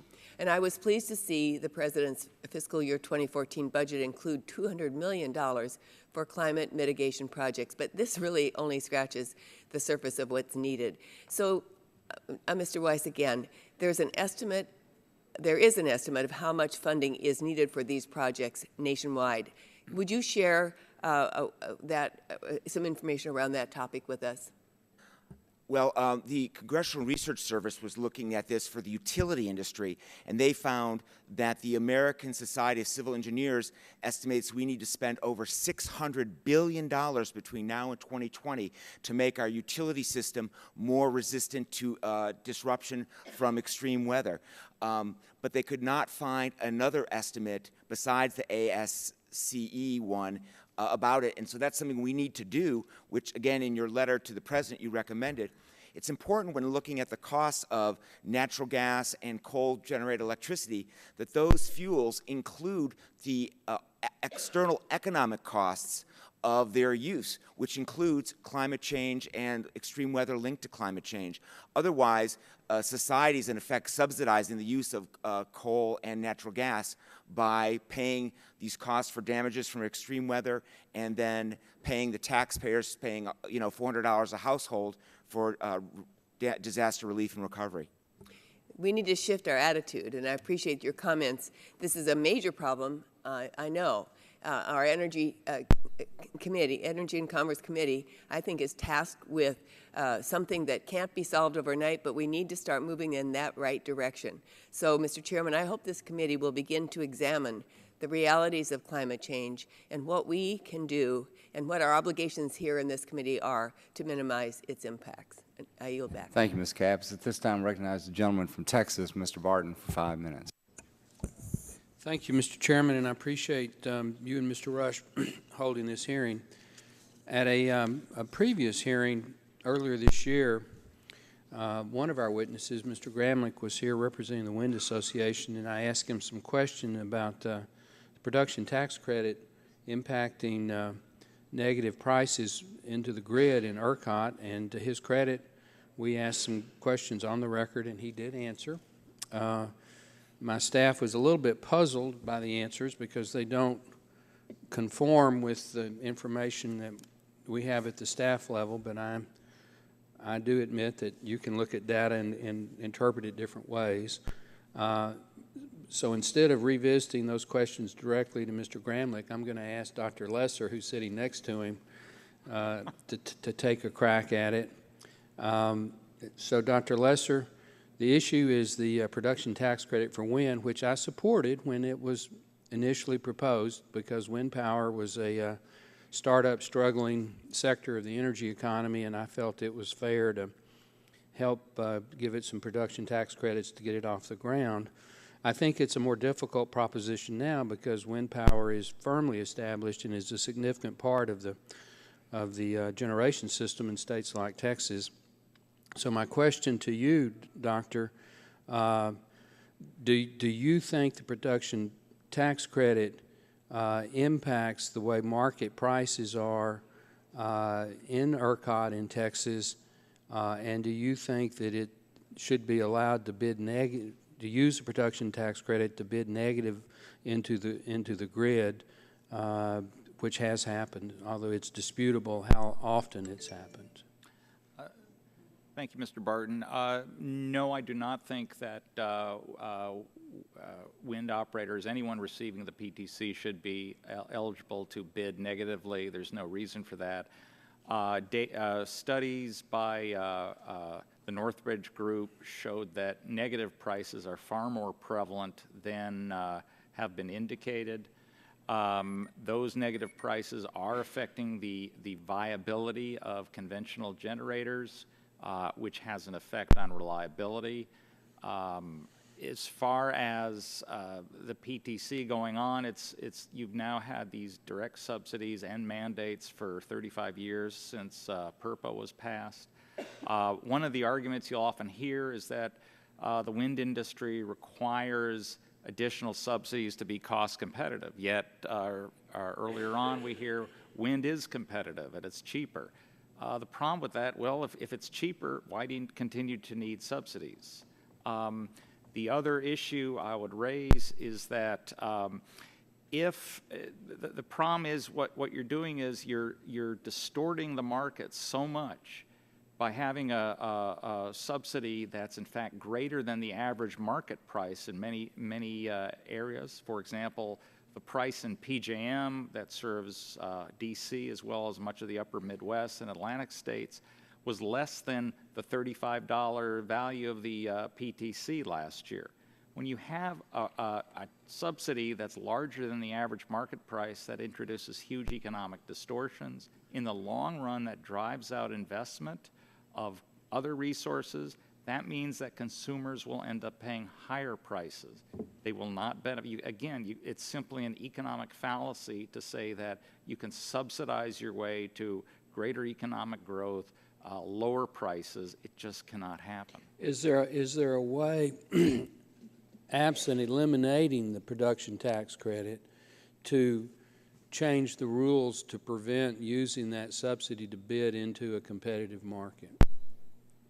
Or is the only way to prevent it is to eliminate the subsidy? Well, I think the easier way to prevent it is to just eliminate the subsidy. There may be ways FERC could oversee markets and change the way resources are allowed to bid that receive the subsidy, but my preference would be the simpler approach, which is just eliminate the subsidy, then you eliminate the problem entirely. I think in fairness, I should give Mr. Gramlich an opportunity to counterpoint what Dr. Lesser just said. Thank you. I mean, the ability to occasionally bid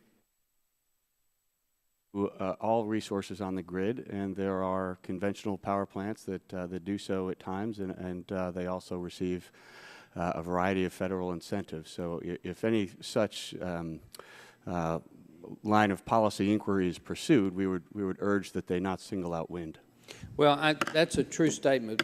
The problem is that with respect to wind power, you're using a federal subsidy of the taxpayer. If somebody with private capital bids negative, they're risking shareholder equity. They're not using a federal subsidy directly. With that, Gentleman's time has expired. This time I recognize the gentlelady, Dr. Christensen, for 5 minutes. Thank you, Mr. Chairman, and I thank you and the ranking member for holding this hearing.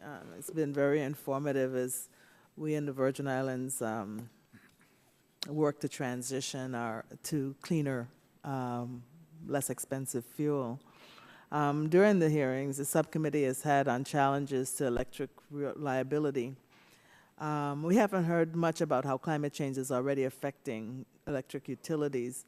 We're beginning to hear some of that today. And of course, with my district and being in the path of hurricanes every year, it's a serious concern to me as we can expect stronger storms, I think, which will affect our utility and is already, our utility is already struggling to keep lights on. Just yesterday, we had power outages, and that's a every other day occurrence in St. Thomas. We know that climate change, Mr. Weiss, will mean more heat waves, droughts, and wildfires. Are there examples of these kinds of extreme weather events impairing the operation of power plants? Thank you. Yes, there are. From last summer's drought, at least 4 states, California, New York, Illinois, and I believe Colorado, but let me check on that, did experience disruption of their power plants because they couldn't get enough cooling water to make the plants run. I'm sorry, it was Connecticut, California, Connecticut, Illinois, and New York. And it's interesting that the draft National Climate Assessment predicts that future climate change is going to interfere with electricity generation. Let me just quote from them, quote, these infrastructure systems, including electricity, will be affected by various climate-related events and processes. So what is passed is prologue in terms of climate change disrupting the operation of power plants. And if we fail to act and climate change continues unabated, extreme weather events would be expected to become more frequent and more destructive?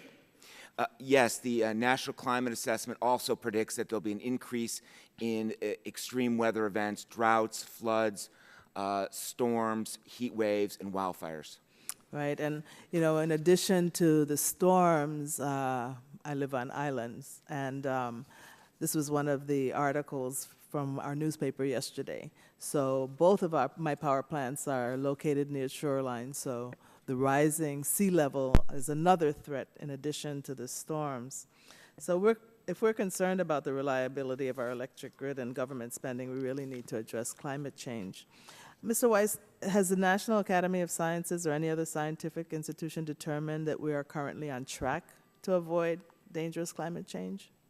I don't believe National Academy of Sciences has addressed that. However, if you look at how much emissions have gone down, the Environmental Protection Agency says we've had a 7% decline in overall greenhouse gas pollution since 2005. The President committed us to a 17% reduction by 2020, so we're reducing our emissions. However, the Energy Information Administration predicts that although emissions are going to go down between now and 2017, they will begin rising again in 2017. So no, we do not appear to be on track to avoiding the worst impacts of climate change. Well, reducing our carbon pollution by the amount necessary to avoid dangerous climate change, I assume, will require the power sector, as we've been talking about, to transition to cleaner technologies. Is that transition happening fast enough? Why are we on track to start to go up again in 2017? We're on track to go up again in 2017 because of the increase in electricity generation expected from fossil fuel sources, even though we're also going to be increasing our renewable generation between now and then. What we really need to do is to require that power plants, existing power plants, reduce their carbon pollution, which either through legislation, which would be many people's preferred option, or failing that, the Environmental Protection Agency setting standards to do that. That would get us close, but not reach the President's 17% reduction goal by 2020. And, just in closing, and I say this all the time, but we talk about the cost of electricity. We're very concerned about cost, and so a lot of times the talk turns to coal or fossil fuels. But the cost in terms of public health is something that we never take into consideration, the longer-term cost. And so cost is more than just the cost of the fuel. It's the cost of the impact to our communities, to the health of our children. And with that, I'll yield back my time. Gentlelady's time has expired. At this time, I recognize the gentleman from West Virginia, Mr. McKinley, for 5 minutes. Thank you, Mr. Chairman. In deference with time, I'm going to try to get a couple questions in, then I would like to yield some time to my colleague from Colorado.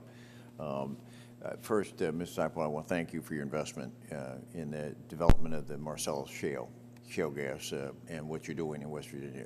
What do you think? Do you think that could lead to more gas turbine development, electric power generation in West Virginia or around the country? Well, absolutely I do, Congressman. The Marcellus shale is extremely real. 3 years ago, it hardly had any production. Today, it's 10.4 BCF a day. I mean, so it's extremely real. And clearly, when you have cheap energy, you have the opportunity to use that, and to have turbines to develop or produce additional electricity. Those can certainly be set in West Virginia or in other surrounding states, where they have good access to the Marcellus Shale. So, and I think that asset is going to continue to grow. That'll only strengthen more the reliability of the grid if we can put more Absolutely. power in. So secondly, and following to continue the same line of questioning, and you've heard earlier from some of the comments made about the subsidies to the fossil fuel, coal, oil, gas. If we were to eliminate those subsidies, what effect would that have on the grid? I don't know that I'm really the best one to answer that, but I would say that, Dominion has all forms of energy, Congressman. As I mentioned earlier, we are also looking at wind. Well, let's look at some, if any others would like to add, if we were to eliminate the subsidies for all renewables and fossil fuels, what effect would that have on the grid reliability? I'd be happy to Please. answer that, sir. I don't think there would be any adverse impact on reliability. I think what you would see is much more efficient investment in generating resources for the long term, and it would be easier to integrate resources onto the grid. You would have less investment in subsidized intermittent generation.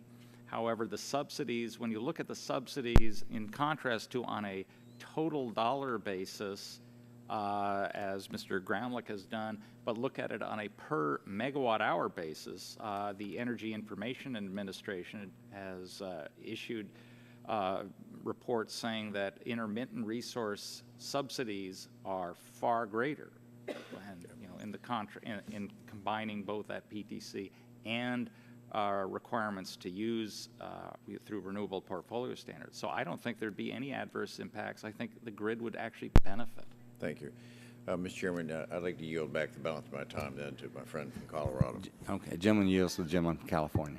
Colorado. I thank my colleague from West Virginia. I appreciate yielding the time.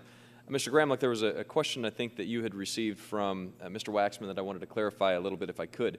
I've been a strong supporter of renewable energy and certainly wind resources where it makes sense, and trying to make sure that we're doing so from as market-based policies as we can.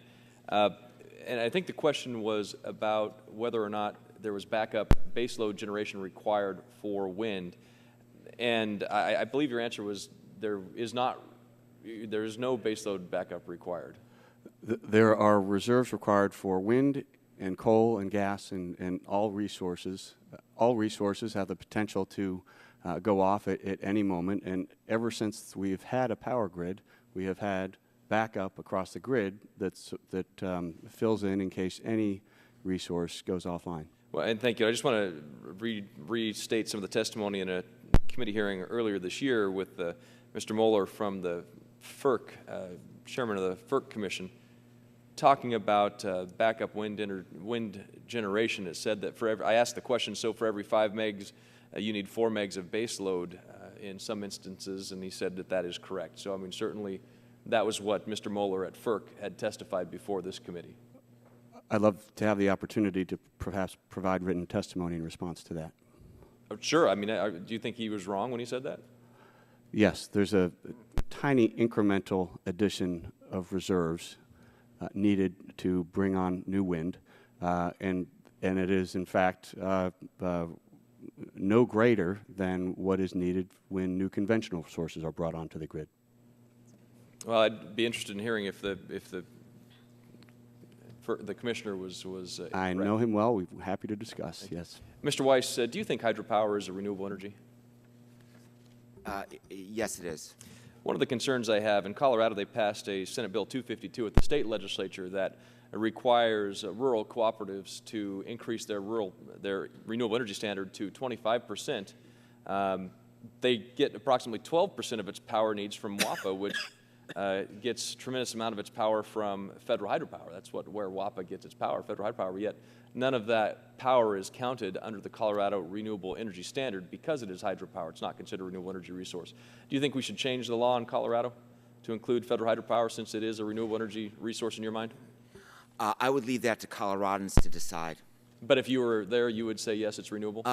If I was there, I would look at the whole panoply of resources. I think the reason But why you just said renewable. You thought yes, but I federal think the hydropower reason was why renewable. some people do not consider it renewable is because there are upstream impacts from building dams. I think what we ought to be doing is retrofitting existing dams with much more effective turbines, and that ought to be included as renewable. Thank you, Mr. Chairman. Gentleman's time has expired. This time I recognize gentleman from California, Mr. McNerney, for 5 minutes. Thank you, And then we Mr. have a vote on the floor, so after his questions, we're going to terminate this rather quickly. Thank you, Mr. Chairman.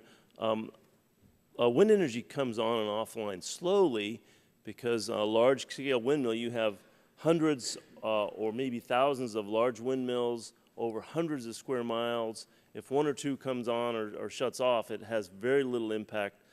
So over time, that and over space, that impact of coming on and off is very slow and gradual. So it doesn't really affect the grid like shutting down a large power plant.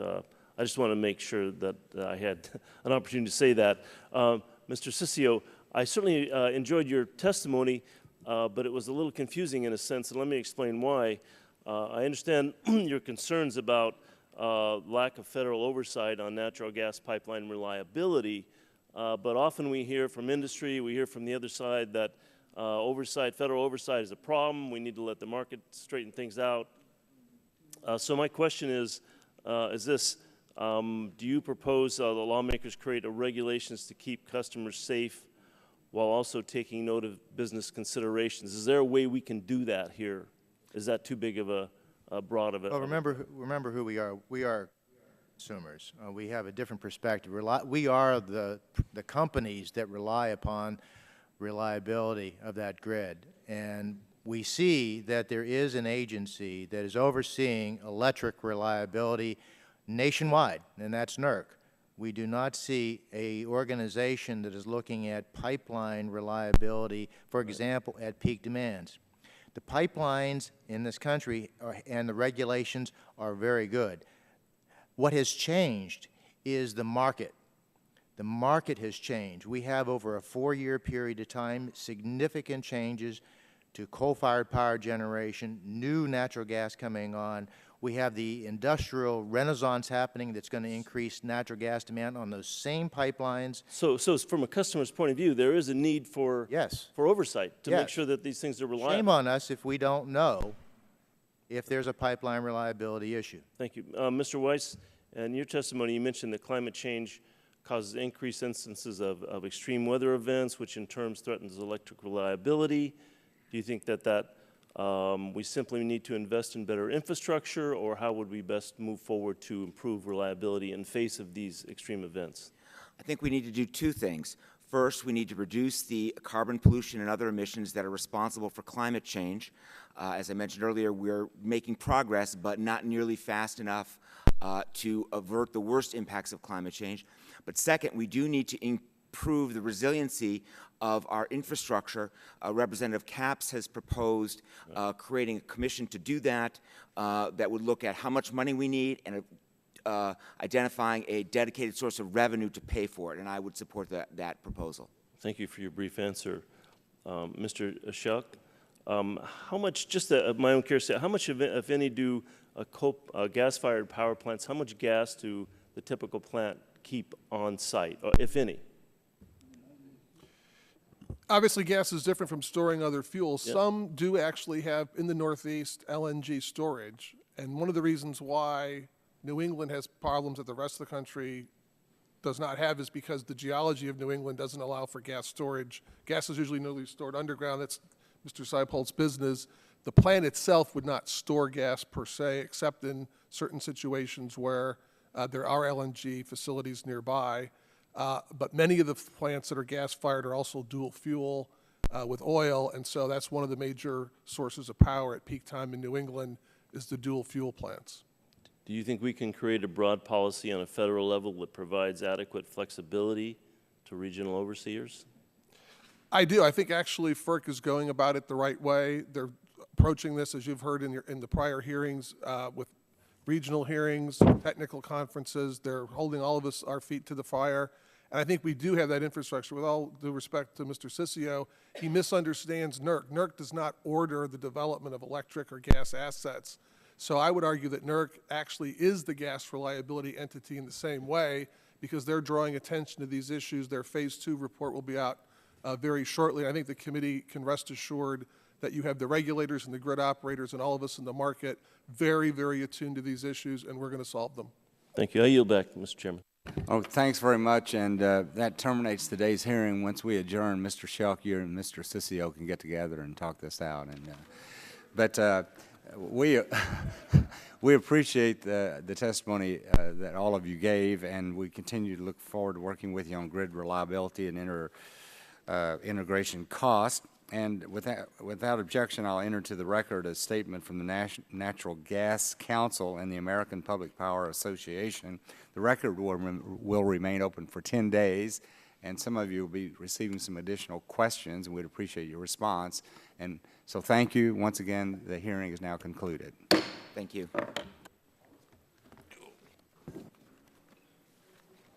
Until next time, I'm sure we'll do this again.